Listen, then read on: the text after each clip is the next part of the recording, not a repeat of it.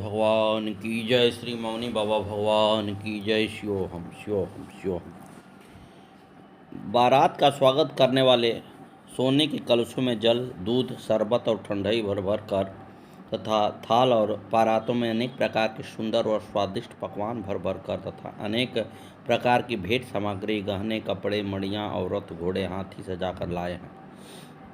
अनेक प्रकार सुहावने द्रव्य, सुगंधित द्रव्य, दही, चूड़ा आदि अगणित उपहार की वस्तुएं महाराज ने भिजवाई है। अगवान जब दिखी बराता, उरयानंदो पुलक भर गाता। देखी बनाव सहित अगवाना, मुदित बराती नहने निशाना।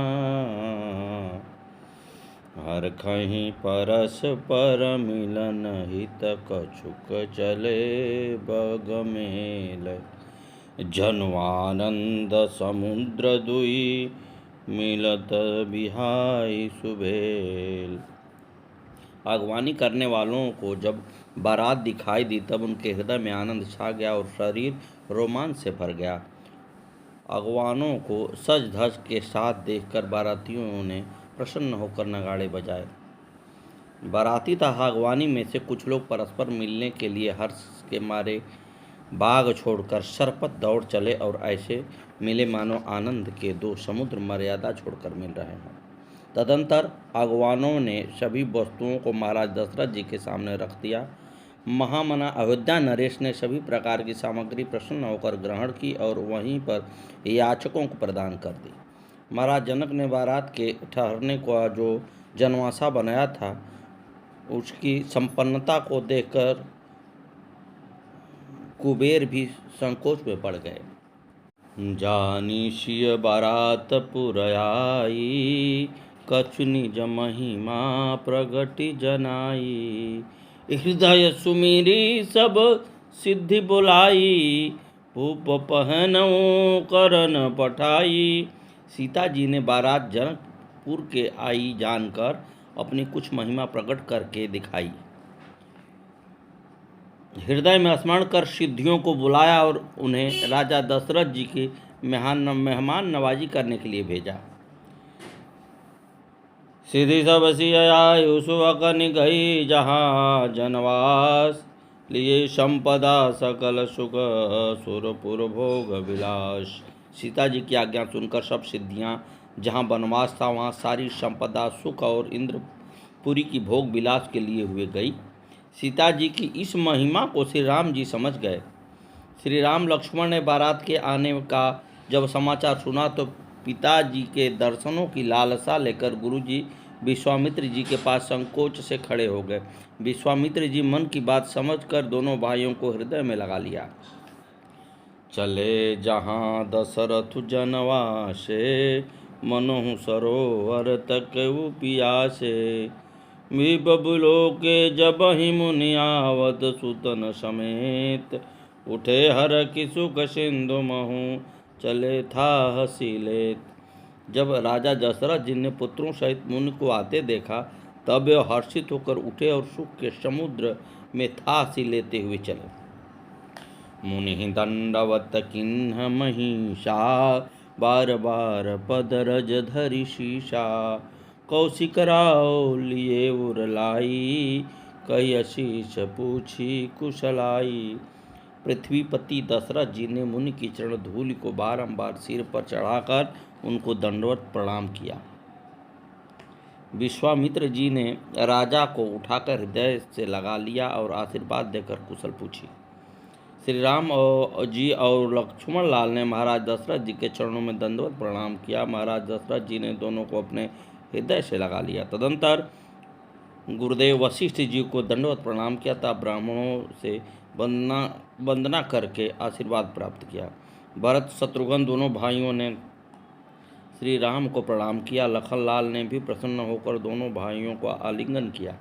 तदंतर श्री राम जी अयोध्यावासियों, मंत्रियों, मित्रों, कुटुंबों और याचकों से यथा योग मिले। श्री राम जी को देख कर के सारी सभा आनंद में भर गई। समय महाराज दशरथ के पास चारों पुत्र ऐसे शोभा पा रहे हैं मानो धर्म अर्थ काम और मोक्ष चारों शरीर धारण कर ली बैठे हों। प्रथम बरात लगन ते आई, ताते पुर प्रमोद अधिकाई। 39 दिन लगन ते आई, प्रथम बरात तेहिते पुर आनंद ति सकल लोग हर्षात। जनकपुरवासी विधाता से प्रार्थना करते हैं कि हे विधाता, दिन और रातों का समय अधिक हो जाए, जिससे बारात अधिक समय तक जनकपुर में रुकी रहे और हम दशरथ कुमारों का अमंगलमय दर्शन करते रहें तथा अपने जीवन का लाभ ले सकें। नगर वासी आपस में कह रहे हैं कि रामुषीय शोभा अवधि सुकृति अवधि दो राज, जहाँ तापुर जन कहीं अस मिली नर नारी समाज।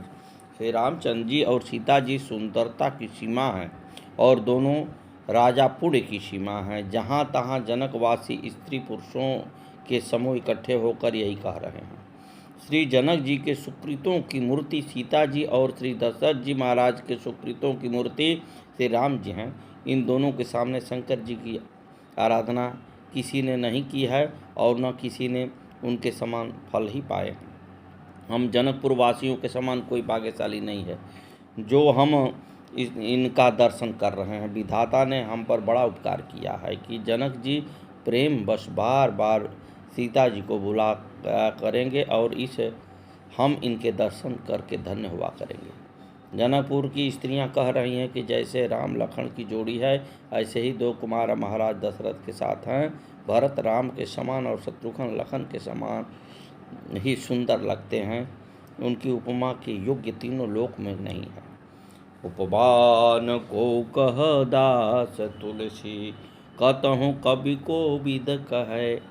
बल विनय विद्याशील शोभा, सिंधु इहत से इह अहै। पुरनारी सकल पसारी अंचल, विधि बचन सुनावहीं। ब्याहि चारियो भाई यही पुर, हम सुमंगल गावहीं।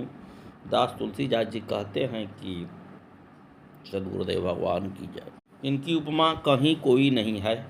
बल विनय विद्याशील और शोभा के समुद्र इनके समान यही हैं।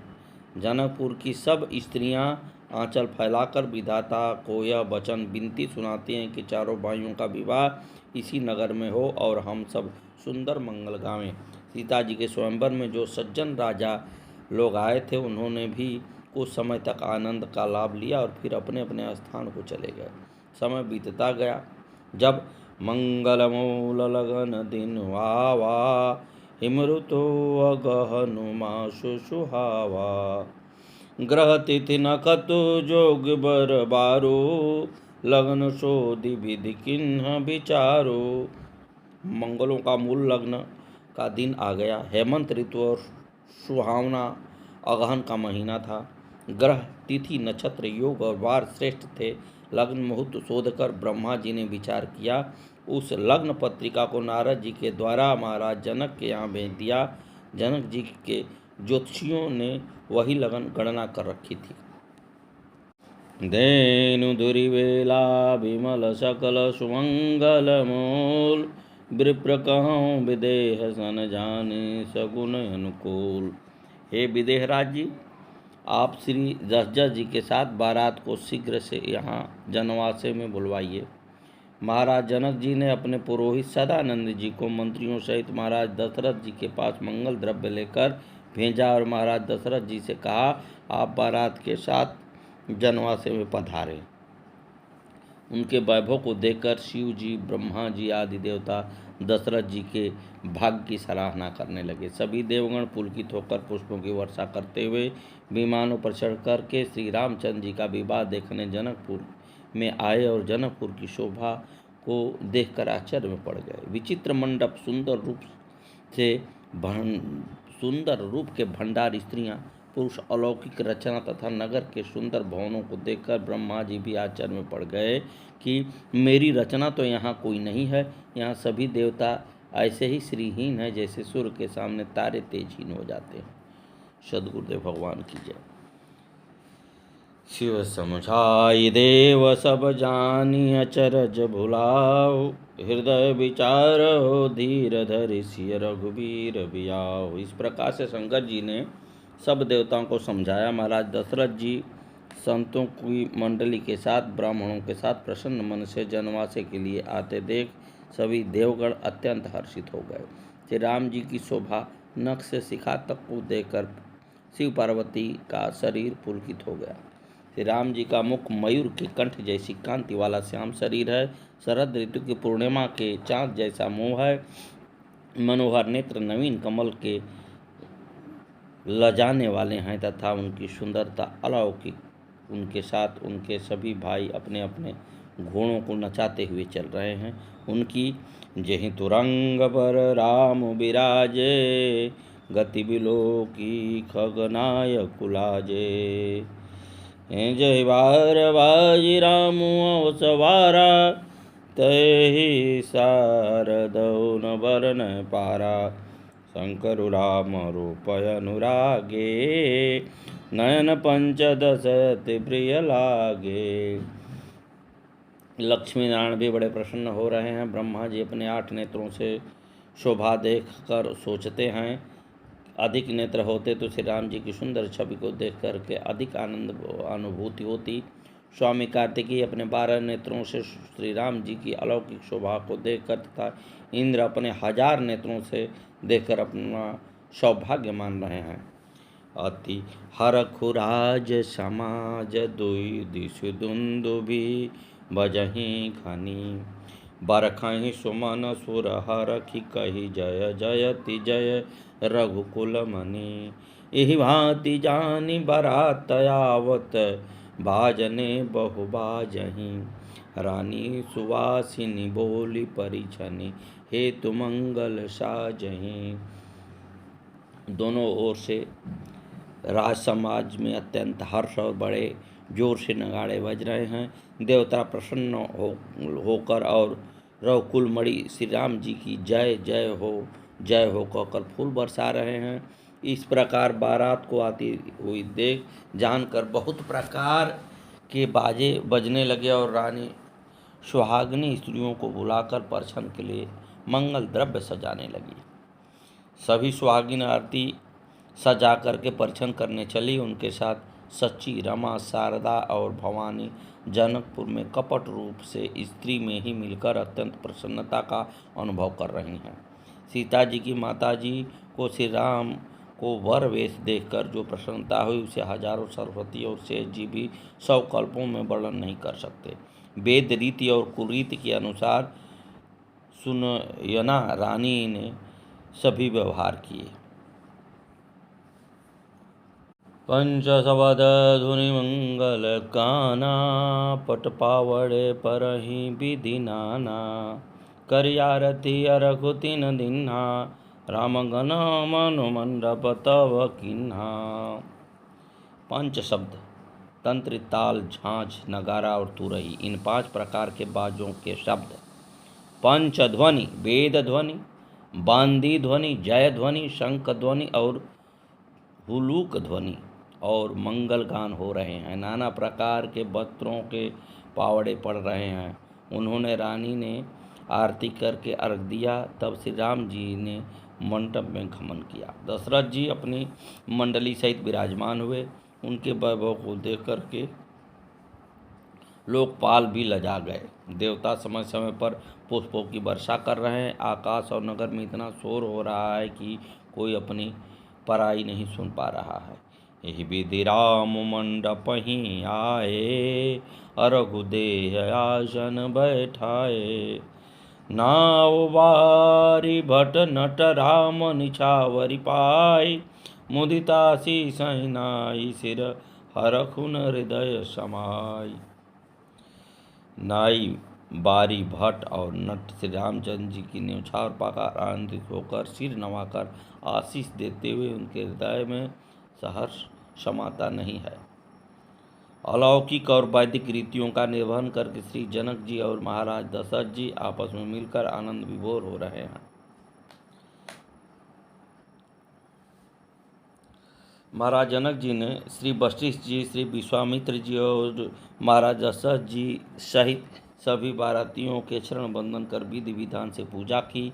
उचित समय पर वशिष्ठ जी ने सदानंद जी से राजकुमारी सीता जी को मंडप में आने को कहा। सदानंद जी के आदेशानुसार रनिवास की स्त्रियां सीता जी को श्रृंगार करके चलिलाई सीता ही सखी सारदर सज सुमंगल भामिनी नव सप्त साजे सुंदरी शब मक्त कुंजर गामिनी कल गान सुनि मुनि ध्यान त्यागहि काम कोकिल लाजहि मंजीर नुपुर कलित कंकन ताल गति पर बाजहि। सुंदर मंगल का साज सजकर स्त्रियां और सखियां आदर सहित सीता जी को लिवा चली। सभी सुंदरियां 16 श्रृंगार किए हुए मतवाले हाथी की चाल सी चल रही हैं। उनके मनोहर गान को सुनकर मुनि ध्यान छोड़ देते हैं और कामदेव की कोयलें भी लजा रही हैं। पायजे पंजनी और सुंदर कंकड़ ताल की गति पर बड़े सुंदर बज रहे हैं। सीता जी की अलौकिक शोभा का वर्णन नहीं किया जा सकता। जिन्हें गे मानवी चरित्रों पर सारद या नारद थकते हैं, उन राम जानकी की शोभा हम कहाँ तलक लिख सकते हैं। इस प्रकार श्री सीता जी मठ में पधारे। दोनों कुल गुरुओं ने रीति व्यवहार और कुलाचार की रीति संपन्न की। सीता जी को सुंदर आसन पर बिठाया। ब्राह्मणों ने श्री राम जी और श्री सीता जी द्वारा गौरी गणेश का पूजन करवाया। स्वयं सूर्यदेव अपने कुल की रीतियाँ बताते हैं। श्री सीता जी और श्री राम एक दूसरे पर परस्पर प्रेम से देख रहे हैं। ओम समय तनु धरि अनुल अति सुख आहुति ले विप्रवेश धरि वेद सब कहे विवाह विधि देव। हवन के समय अग्निदेव शरीर धारण करके बड़े ही सुख से आहुति ग्रहण कर रहे हैं और सारे वेद ब्राह्मण का वेद धारण कर विवाह की विधियां बता रहे हैं। समय पर सीता जी की माता सुनैना जी को मंडप में बुलाया। दोनों राजा रानी दुल्हा को देखकर आनंदित हुए और श्री राम जी के चरण कमलों को पखारने लगे। आकाश और नगर में वाद्य बजने लगे। दोनों गुरुओं ने वर कन्या की हथेली के मिलाकर साखोच्चार किया। महाराज जनक ने जैसे हिमवान ने भगवान शिव को पार्वती, समुद्र ने भगवान विष्णु को लक्ष्मी दिया था, वैसे ही श्री सीता जी को श्री राम जी को दिया। फिर विधि पूर्वक हवन कर कठजोड़ी कर भंवर पड़ने लगे। कुंवर कुंवारी कल भंवारी देहि नयन भाला भूषव सादर लेहि जाइन भरनि मनोहर जोरी जोपमा कछु कहु सो थोरी। राम जी और सीता जी की सुंदर जोड़ी जब भावरे दे रहे थे तब उनकी उपमा नहीं दी जा सकती। वहाँ नगर और आकाश में उपस्थित मनुष्य और देवता नेत्र लाभ रहे हैं। सद्गुरुदेव भगवान जय। ऋषियों ने प्रसन्न होकर भांवरे डलवाई। फिर राम जी ने सीता जी की मांग में सिंदूर लगाया। उस समय की शोभा कहीं नहीं जा रही है। सीता जी और श्री राम जी को एक आसन पर बैठे देख महाराज जनक जी बड़े आनंद में भर रहे हैं। उनका वर्णन नहीं किया जा सकता।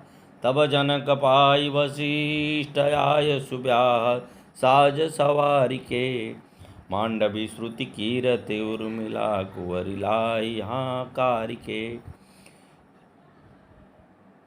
कुशकेतु कन्या प्रथम जो गुणशील सुख शोभामयी सब रीति प्रीति समेत करी शोभ्याह नृप बरतहि दई। तब वशिष्ठ जी की आज्ञा पाकर जनक जी ने विवाह का सामान सजाकर मांडवी जी, श्रुति कीरत जी और उर्मिला जी इन तीनों राजकुमारियों को बुला लिया। कुशध्वज की बड़ी कन्या मांडवी जी को जो गुणशील सुख और शोभा की रूप थी, राजा जनक ने प्रेम पूर्वक सब रीति करके भरत जी को ब्याह दिया। जानकी लघुभागिनी सकल सुंदरी शिरोमणि जानिके सो तनय दिन्य ब्याहि लखन ही सकल विधि सन्मानिके। यही नाम श्रुत कीरति सुलोचनी सुमुखी सब गुण आगरी सो दई रिपु सूदन नहीं, भूपति रूप शील उजागरी। अनुरूप वर दुलहिन परस्पर लखि सकुच, ही हर कहीं सब मुदित सुंदरता सराहें, सुमन सुरगन बर कहें। सुंदरी सुंदर वरन सा सब एक मंडप राजहीं, जनु जीव उर चारी अवस्था, विभुन सहित विराजहीं। दुल्हा और दुल्हन परस्पर अपने अपने अनुरूप जोड़ी को देखकर सुकुचार रहते हुए हृदय में हर्षित हो रहे हैं। सब लोग प्रसन्न होकर उनकी सुंदरता का सराहना करते हैं और देवगण फूल बरसा रहे हैं। सब सुंदरी दुल्हनें सुंदर दुल्हों के साथ एक ही मंडप में ऐसी शोभा पा रही हैं मानो जीव के हृदय में चारों अवस्थाएं, जागृत, स्वप्न, सुषुप्ति और तुरीय, अपने चारों स्वामियों विश्व, तेजस, प्राज्ञ और ब्रह्म सहित विराजमान है।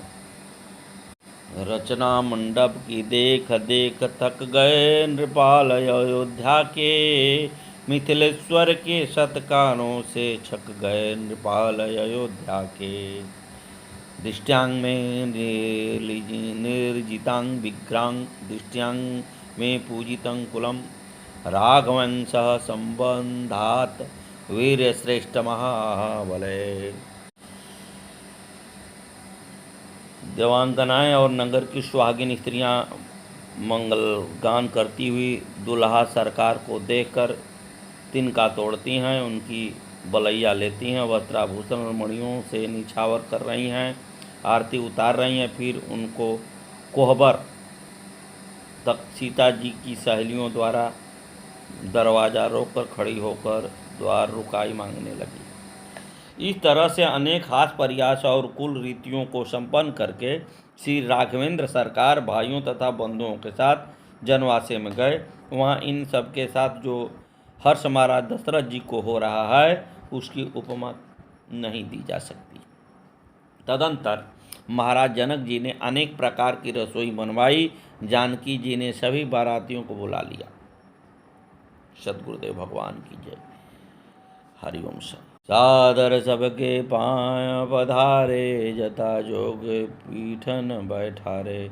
धोए जनक अवधिपति चरना, सिलो सने जाय नहीं बरना।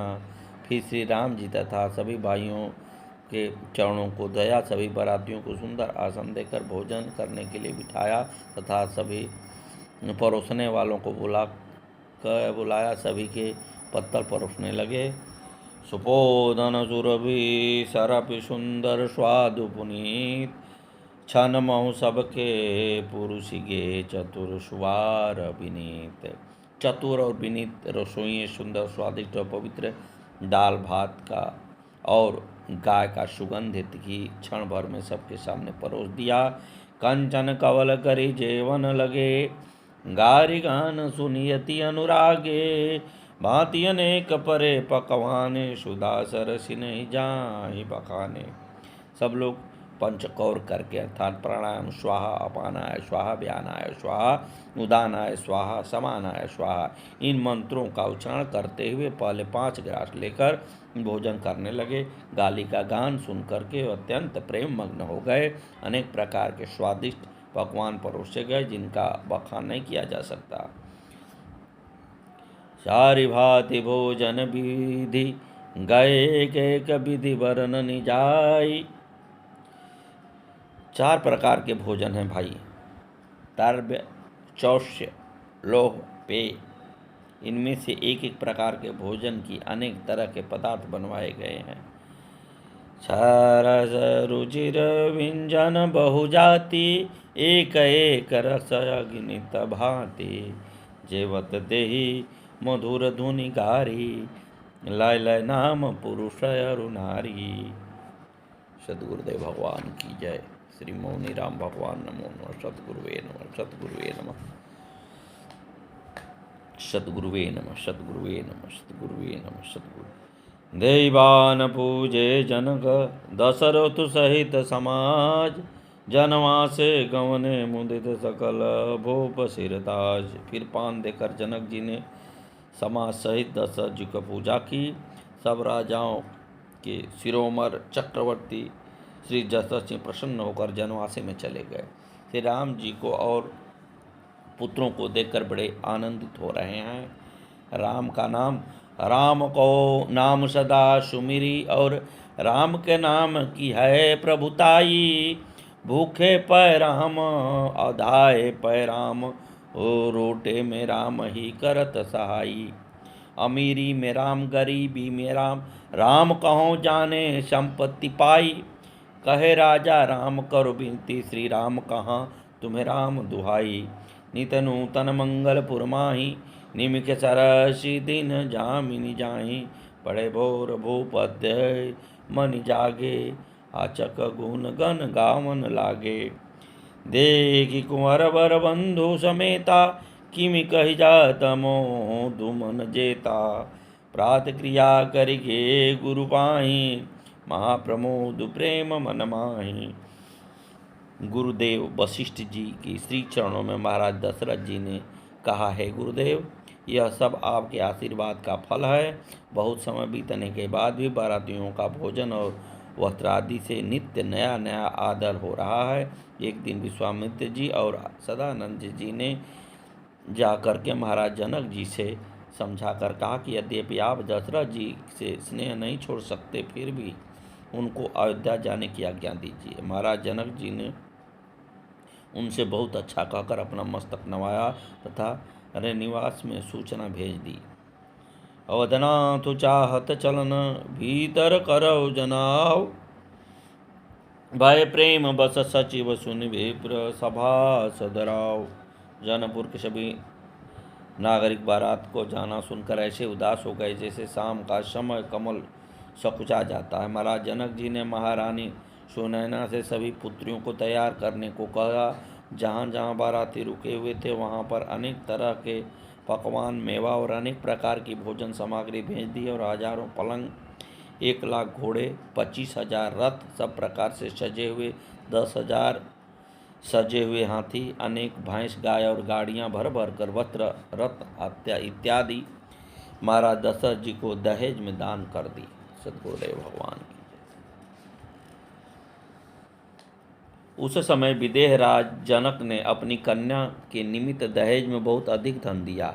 उन मिथिला नरेश ने कई लाख गांवें, कितनी ही अच्छी अच्छी कालीने तथा करोड़ों की संख्या में रेशमी तथा सूती वस्त्र दिए। भांति भांति गहनों से सजे हुए बहुत से दिव्य हाथी, घोड़े, रथ और पैदल सैनिक भेंट किए।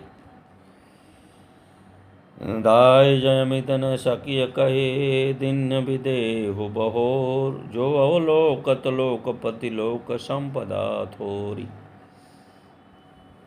सीता जी की माता सुनैना जी ने सीता जी को अपनी गोद में लेकर दुलार कर शिक्षा देने लगी और स्त्रोचित धर्म की मर्यादा बताने लगी।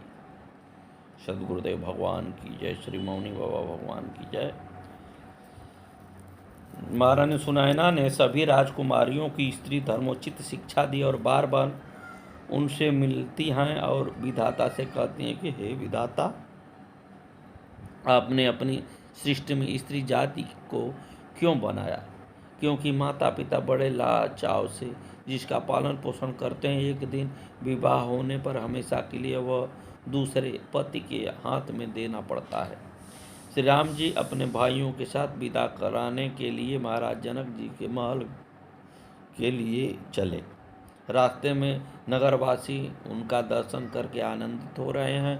श्री राम जी ने माता सुनैना से कहा कि महाराज दशरथ जी अयोध्या को चलना चाहते हैं, हमें वहाँ विदा कराने को भेजा है। सद्गुरुदेव भगवान की जय। श्री मौनी बाबा भगवान नमो। आगे की कथा करो।